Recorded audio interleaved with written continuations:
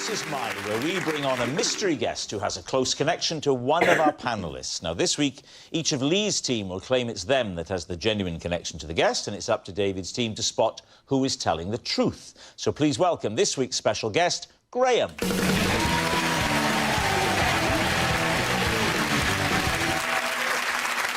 So, Bobby, what is Graham to you? So this is Graham. When I won his competition, my prize was a trolley dash through a pound shop. Joe Brand, how do you know Graham? This is my old neighbour, Graham, and when my landlady was trying to sell my flat, I asked Graham to bang a bongo to put off any potential buyers. Oh. And finally, Lee, what is your relationship with Graham? This is Graham. All his bees flew away when I was looking after them. So there we have it, Bob. I love how this is season 15 and Lee doesn't even try anymore. He's just like, screw it. Bobby's pound shop pal, Joe's noisy neighbour, or Lee's beeless buddy. David's team, where do you begin? OK, we'll start with Bobby. So what was Graham's competition? So he was organising a competition to open a new pound store, actually 99p store. So, sorry, he was organising a competition to open one? So it's a competition where somebody gets to open the store. So the prize was opening the new pound store? Yes. What was the competition? Oh, so you had to submit some sort of like artistic, creative entry that you could display or show off at the opening. The winner of the artistic competition would win the prize of opening the new pound store. And get to do a trolley dash as well. How long did you get to dash? 99 seconds. It would make sense, wouldn't it? 99p. Makes sort of. I suppose, or 99 years. Yeah, fine. Sure. Bobby, tell us about your artistic entry. So... Oh, the old Rob Brydon and chat-up line. So I wrote like a little like poem or a jig. A what? Sorry? A jig? A jig, like a few words to open it. That's not a jig, is A poem, it? A like... jig is a dance. But you could, if you had in theory, a good verse, you could jig to it as well. Now, do you recall any of this poem? So I definitely remember one line was, at 99p store, bargains galore. At 99p And then everyone's store, like jigging. bargains galore. And everyone's like jigging away at the opening. So that was your artistic entry. Well, He's... this is worse than Lee Mack's work when it's obviously a lie. This is bad. My first instinct, by the way, is that Graham is totally Joe Brand's friend because every time a contestant comes out and it looks similar to one of the panelists, it's always their friend. Like when Kevin Bridges' best friend came out and they looked the same, it was them. And every time they're in like the same genre, they're the same font, it's always them. And the glasses, the short hair, the age, I'm going with Joe Brand. I don't even need to hear the stories. I'm going with Joe Brand. But sure, this works too. what was it up against? I don't know. Let me rephrase that. What did that beat? I think it's far more likely that Bobby's entry was actually the only one. What sort of size crowd was it? How many people had this attracted? 60, 70, 80? That's a lot. Why don't you say about 70? Because it's somewhere in the region of 60 to 80. Well, that's about 70. So, It could be, but it might be the lower Isn't end. this the Might math be 60. guy? so 60-plus people have gone... Maximum 80. Apparently they're opening a new pound store in the area, so that would be a great thing to do. Shall we go to that? It was I don't want to go. Haven't you heard? Someone's reading a poem. Get my coat. Yes, it's not just a poem. It's a one of jig. those poems you're encouraged to jig around to. We'll never get in. It'll be packed. Oh, I don't know. 60 to 80, probably 59 plus, but maybe towards the lower end. Let's go, darling. All right, who next? Joe, Graham is your former neighbour, is that right? Yes, Graham is my former neighbour, and my landlady wanted to sell the flat I was living in, so I enlisted the help of Graham to just make it sound, obviously, like there was loads of noise all the time to put off the buyers. So he would just listen out for when people were being shown round No, well, she would tell me when people were coming to look round. Yeah. Jo, didn't she think it was maybe a bad idea to let you be the person who shows people around? Because like, you're not incentivised to try and make it look nice because you're going to lose where your home if it's sold. It happens more than you think in supermarkets. There are people at the supermarket showing you how to use the automatic checkout. Yeah. And you go, well, that's a turkey voting for Christmas, isn't it? Did he have the bongos, or did you have to supply them? He had decorative bongos, which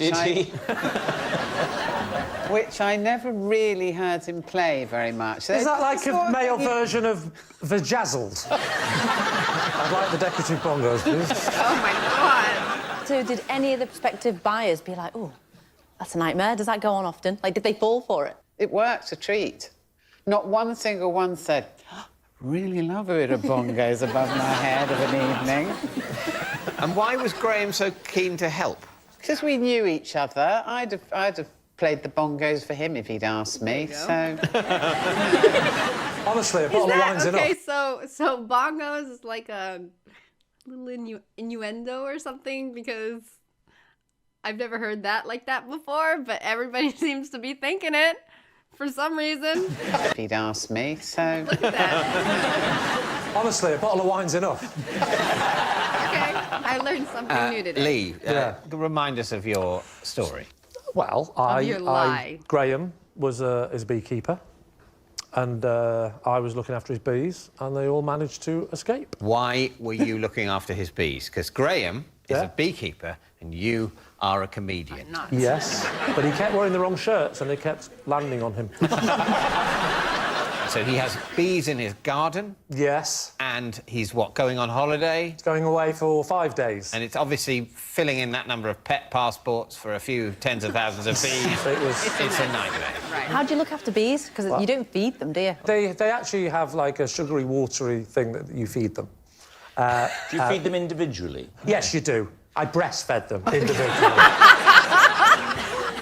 I'm imagining Yeah. you've got the sugary water. What is the receptacle? There's a little tray at the bottom of the hive. You pull it Okay. out, you pour it in, you close. Do you have to put on a beekeeping costume to do that? Not to do that, OK. but there was more to it than that, and this is why the bees escaped. Right. It's when you try and get the honey that is the problem, and that's So what the problem was. Why did you try and get their honey? Because I thought, He's only away for 5 days. Yes, but I'd actually seen beekeepers on the television, and I saw the process of the smoking thing and the costume. And you thought you'd give it a go? Well, it was there. Unauthorised. It was there. So was the beekeeping costume not locked in his house? No, it was in a shed. It's just a shed, and it was just hanging there. Everything was so neat. I thought, that's tempting. And then I saw the little thing. The smoke thing. That No, face that's was tempting. such a It was in weird a shed. reaction to like a spontaneous laugh. Like David Mitchell's face just kind of glitched into a laugh for a second. That was weird. It's just a shed, and it was just hanging there. Everything was so neat. I thought, that's tempting. And then I saw the little thing. The smoke thing. No, the woman that was asthmatic. Hey! And I helped her, she left. And then there was the smoking thing. It's like a little, it's like a watering can, but it produces smoke if you light it. Oh, right. So And that kind of calms them down. That sort of makes them a bit, you know... And you figured out how to use that watering can that emits smoke. Well, I thought I had.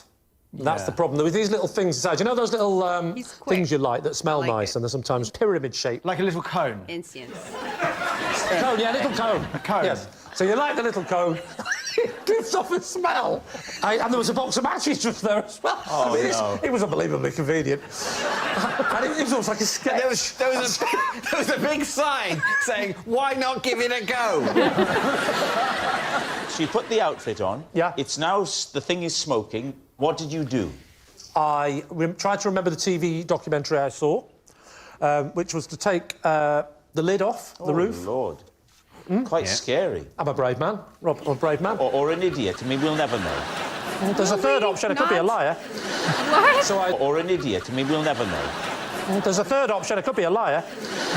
So I decided to take the lid off. Whoa, so you took the lid off before smoking them? No, you take the lid off, then you smoke in a downward position. It goes down. Smoking in a downward after you position. get You smoke down Smoke because... rises. No, you don't, because too much smoke can actually kill them. Because if you put it in the bottom and it goes up, it could kill them. It's like the old phrase, never smoke a beehive from the bottom. So So you start smoking from above. That was great. And so when you push it, it forces the smoke down before it floats back up. But it was like a dragon. Yeah. Right, it came out like that. Right. And the bees sort of like that, looked up like that. And then a few of them started to come out, but then the big thing happened. The Queen turned up. How did you identify the Queen? She had a crown. And smoke, smoke, smoke, bees, all fly away. Right. Including the Queen. Gone. Every one of them. Every single bee? Well, there was one in there that sort of went, where'd everyone go? That'd be me. At this point, I'm panicking. Go to a pet shop. I need 45,000 bees. And he said, we don't sell bees. And you said, but you had one in your window yesterday. Maybe they'd gone to an Airbnb. Now, all right, we need an answer. So, Airbnb. In your window yesterday. I feel like that was a story that got cropped out because that made no sense, did it?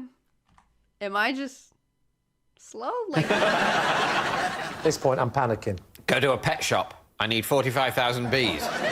And he said, we don't sell bees. And you said, but you had one in your window yesterday. Maybe they'd gone to an Airbnb. Now, all right, we need an answer. So, David's team, is Graham Bobby's pound shop pal, Joe's noisy neighbour, or Lee's beeless buddy? I don't think it's the pound shop thing because that sounded like such a peculiar little sequence of events. I think it's probably the bongos. You think it's probably the bongos? What do you... Yeah, I like the bongo story. Although I think he could be a beekeeper. So what are you going to settle on, then? I'm feeling the bongo story. It's unlikely, but it's got to be the most likely. You're going for the bongos. Graham, would you please reveal your true identity? I'm Graham, and I let Bobby go on a trolley dash. Yes, and we have a picture from the local newspaper to prove this. Look, there he is.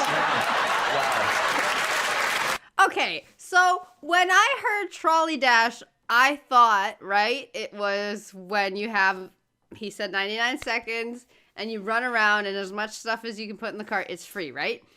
Now, I've seen people do this kind of stuff on TV and Instagram and stuff.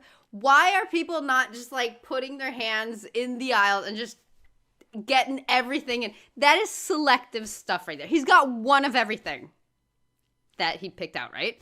Like, how do you not just, like, okay, I think, what is that? Is he in the panty liner aisle? That's maybe not so convenient, but just go to, like, the chips aisle or something that won't break, or the cookie aisle or whatever, and just freaking shove it in. You can't do that with wines or whatever, something will break, but... Or go for expensive stuff, right? But why are you in the panty liner aisle? What the hell? But... people are always, like, so meticulous about what they grab. Just grab it all. Whatever. If you don't want it, just give it away later. But if you resell it, I don't know. But just go all in. Screw it. Beat the system. Yes, Graham is Bobby's pound shop pal. Thank you very much, Graham. That's bizarre. Okay.